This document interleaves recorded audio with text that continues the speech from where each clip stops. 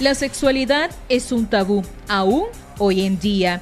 El hablar con nuestros hijos sobre este tema podría causar un poco de incomodidad, ya que no sabemos cuán directos o explícitos ser. Otra de las limitaciones que encontramos al hablar del tema es hasta qué punto los jóvenes lo tomen, si actuarán como si el comenzar a tener actividades sexuales es permitido. Estudios reportan que la comunicación entre padres e hijos sobre el tema de sexualidad ha logrado ser una herramienta efectiva para evitar conductas de riesgo en relación al sexo, además de una iniciación más tardía desde la perspectiva más segura y libre.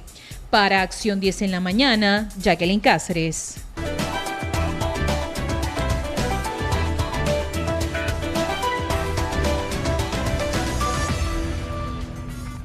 Hablemos de sexo con nuestros hijos. Ya está con nosotros el doctor Emerson Reyes, él es sexólogo y vamos a estar compartiendo este tema junto a ustedes, amigos y amigas televidentes. A veces hay temas tabú, hay temas que incluso nos incomodan a nosotros como padres, madres de familia o tutores, conversarlo con los niños, pero ¿a qué edad es lo conveniente? También él nos lo va a decir, doctor. Bienvenido a Acción 10 de la mañana. ¿Cómo le va? Muchas gracias, como siempre, en este martes de mucha felicidad, que Dios nos ha brindado un día más de tener vida, y con eso ya es mucho. Entonces, cuando hablamos nosotros de sexo, tenemos previamente que hacer el énfasis sobre la sexualidad.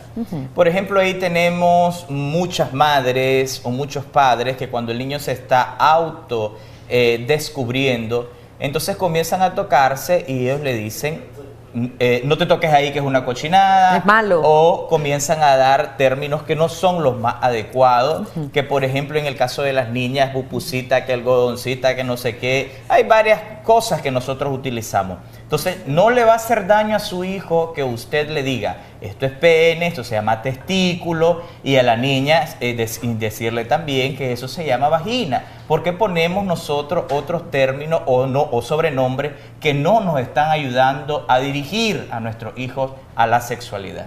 ¿En qué momento, doctor? Porque usted decía cuando está descubriendo el niño o la niña su sexualidad, por decirlo así, pero ¿cuál es el momento, la forma idónea? E incluso a veces los niños lo hacen en público, las preguntas y nos incomodan, pero ¿qué hacer? Hablar de sexualidad y el inicio nosotros lo definimos desde el momento en que ellos ya pueden escuchar para hablar de estos temas. Y una de las cosas más importantes que lo ha determinado el Sion Course de sexualidad de Inglaterra, ha definido que el niño escucha lo que la mamá le refiere y lo que los papás le refieren desde el útero. Así que, por ejemplo, si estamos nosotros diciendo, tal vez es un niño y escucha a las tías diciendo, ay, no, lo comienza a sobar. No, si es niña, sí la acepto. O si es niño, sí lo acepto. Entonces, esto se va codificando en la manera interna de ese bebé y ya va adquiriendo. Desde el vientre, usted lo va orientando acerca de su sexualidad. Y después, pues miramos los grandes auges ya, cuando ya es tan grande. Así que no nos debemos de quejar. Algo tuvo que haber pasado en el pasado, valga la redundancia, en su vía intrauterina que ocasionó estos trastornos. ¿Tan así, doctor? Wow. Claro que sí. Cuando vamos nosotros, por ejemplo, ahora decimos, dentro de los criterios, fíjate, la capacidad que tiene un feto de poder estar la mamá en un sillón y de repente él entra por la puerta el papá y habla y ese bebé comienza a moverse y escucha la voz de su papá. Es cierto. Entonces, ya si solo escucha la voz de su padre, no digamos más en lo que está escuchando constantemente de tías, en lo que está escuchando constantemente de familiares o de vecinos que van a ir a interrumpir su ciclo normal sobre la sexualidad. Luego pasamos a otra etapa, que es la que habíamos quedado, donde el niño comienza a hacer preguntas sobre ¿qué es esto? Y esto, él no maneja el término, usted le va a enseñar el término. Entonces, cuando él le pregunte qué es esto, entonces usted le da el nombre con toda la correspondencia. Esto se llama pelo, esto se llama pecho, esto se llama vagina o vulva, como usted le quiera llamar, esto se llama testículo, esto se llama pene. Y después viene la otra gran madre de las preguntas, ¿cómo vienen los niños? ¿Verdad? Una de las grandes preguntas de cómo nacemos. Entonces, ahí las mamás comienzan a utilizar una película medieval de Hollywood increíble, ¿verdad? Que vino una cigüeña que lo tomó de algún lado y esa cigüeña voló y estaba cerca de la ventana y ahí le fue a dejar al niño. No, no tenemos por qué hablar de esa manera. Tenemos que decir, bueno, suele pasar que entre mamá y papá nos queremos mucho y lo digo yo así, ¿verdad? Porque aquí en Nicaragua la mayoría de los hijos, digo yo, papá y mamá, pero el otro, la otra parte no está. Así es en el país, así es en Nicaragua. Está la mamá siempre, pero papá hace mucho tiempo que desapareció. Hablo para aquellos que tienen papá y mamá.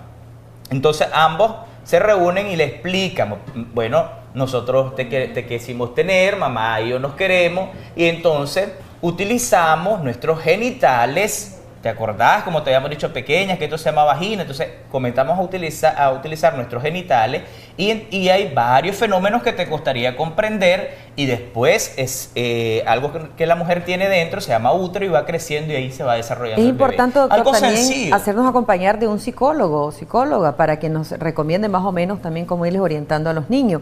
Y a veces hay mitos también de los padres, porque se dice, es bueno decirlo, pero a veces el mismo padre o madre tiene un mito o tiene reservas de hablar de eso porque tampoco a ellos nunca les hablaron sobre la sexualidad. Entonces, también es importante eso. En cuanto a los nombres y en cuanto a lo que pueden aprender en el colegio, ¿de quién es la principal responsabilidad, doctor? Entonces, la primera responsabilidad tiene que ser de los padres. Eso no se lo voy a quitar.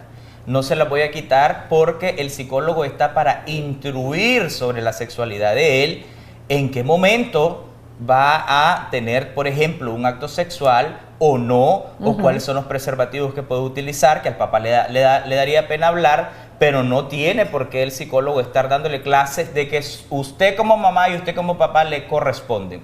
Con respecto al pedagogo o al docente que le da clase, siempre lo vemos aquí en el país, es común decir, bueno, lo voy a enviar a clase, hay que le enseñen todo.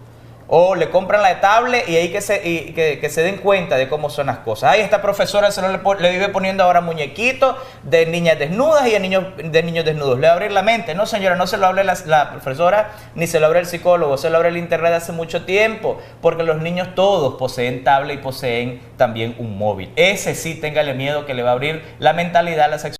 El pedagogo no.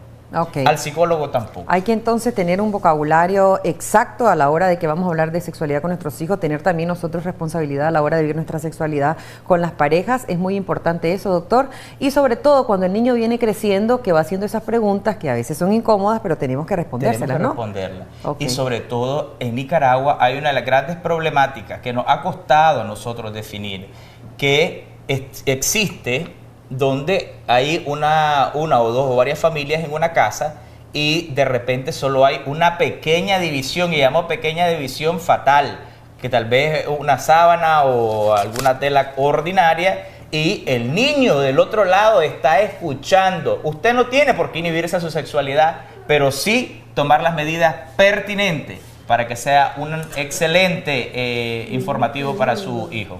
Como no, doctor, muchísimas gracias, ¿verdad? Hay que siempre vivir la sexualidad, pero con mucha responsabilidad, sobre todo por los niñitos, por los pequeñitos de la casa, que ellos van creciendo y van en dependencia también a cómo lo vamos educando, que van a vivir y experimentar su sexualidad.